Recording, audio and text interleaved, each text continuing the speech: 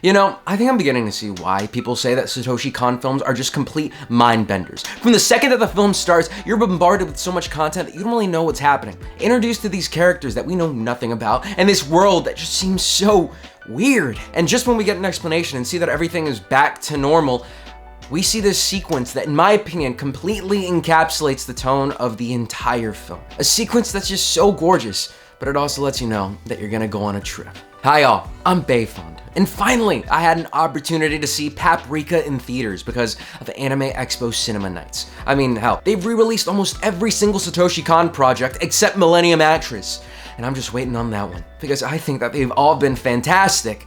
I know, not a controversial opinion in the slightest. But it's really weird to jump into a film that you know what people say about, but you know very little about its actual contents, and yet the movie still feels very familiar and something that you understand.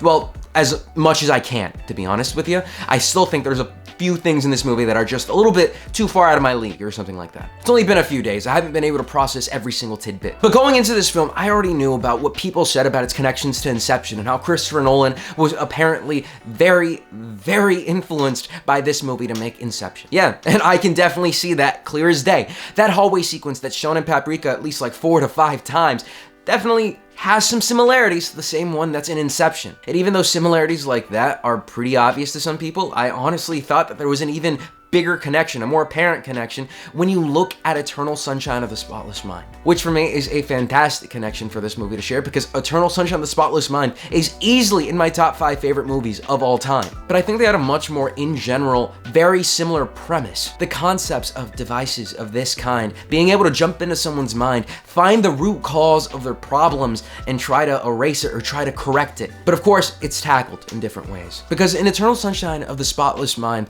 Joel wants his memories erased. That's the kind of therapy that they're doing, erasing memories. And Joel gets stuck in a dream because he can't really wake up. The dream is how we see everything unfold. Meanwhile, in Paprika, the dream is our end goal. The dream is what we're trying to manipulate and what we're trying to see because that has the actual answers in it. I don't know, but I just really thought that it was interesting that both of these movies were pretty similar in regards to that. But in the long run, you can't really compare Paprika to anything else because it is absolutely wild. Paprika absolutely nails the tone of what dreams actually feel like. The sporadic moment by moment scene changes, how everything transitions so smoothly from one thing into the other, how nothing really has a start, and how everything is just kind of morphing and changing around you at all times. Its general structure when you see it at first glance is that it doesn't have a structure, and that is exactly how a dream feels. And this is entirely aided by that amazing animation.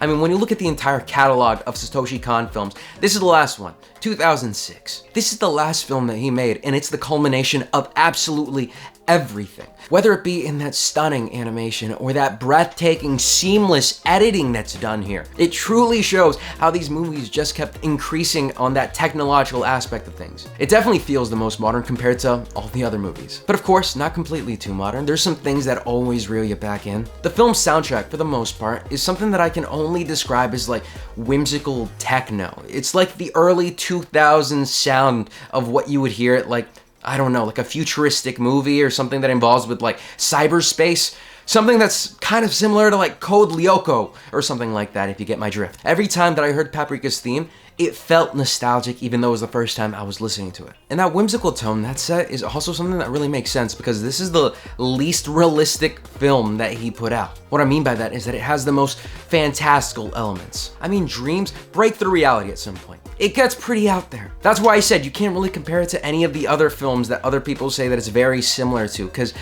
overall, at the end of the film, you just get something that just feels very different. And in the story department, I didn't know what to expect. You get tricked at the beginning of the film to think that it's gonna be like a crime thriller, that you're gonna follow this cop.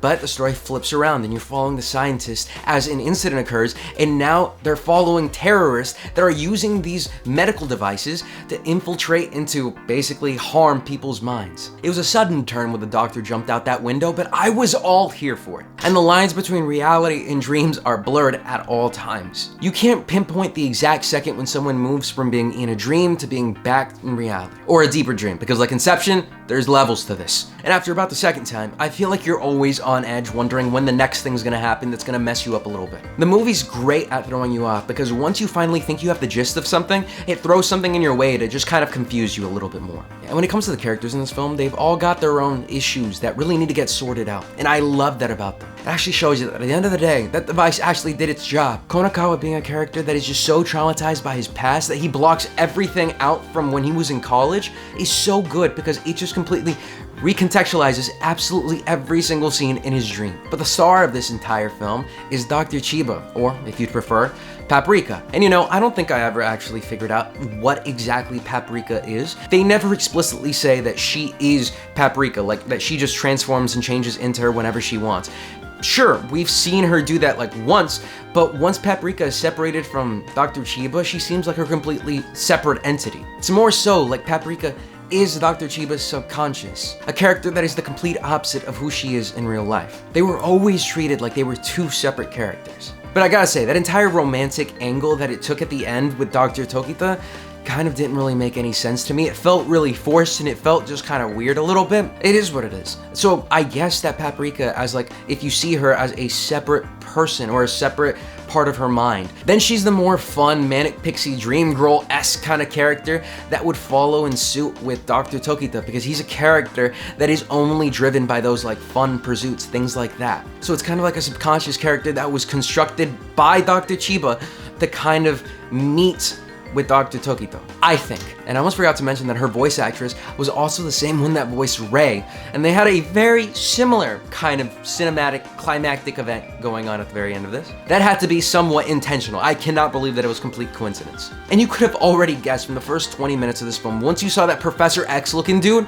that he was already gonna be the bad guy. Though I am fairly confused about how dreams were able to leak into reality. I mean, I don't understand the concept of that too well, other than like maybe the dreams became such a huge collective that everyone seeing it and experiencing it as real made it become real, but then how did all the actions happen? How did the violence happen? I don't really know. A mass hallucination for the entire populace is kind of what I was thinking was happening, but I don't think that's what ended up happening. And that's the thing, I'm still left with questions, a little bit. Am I wrong about some of this stuff? Of course I am, but I want to try and figure it out and try to think these things through on my own for a little bit before I look at any of those essay videos that describe everything for me. This was my experience watching and being entertained by this movie. And I would say overall that I very much did enjoy this film. Is it my favorite Satoshi Kon film? No. I still think that I put Perfect Blue and Tokyo Godfathers above this one. And like I said, I still haven't seen Millennium Actress. That remains unranked for me. But based off this track record alone, I think I'm already set to love it. And like that, I think that rounds off my thoughts on this film. What did you guys think about this? Did you guys have a chance to see this in theaters, or is this a film that you caught years ago? Or is this a film that you haven't seen yet, but you were curious about it? Let me know down in the comments below. And as always, I was Bayfond, and I'll see you guys next time. Peace.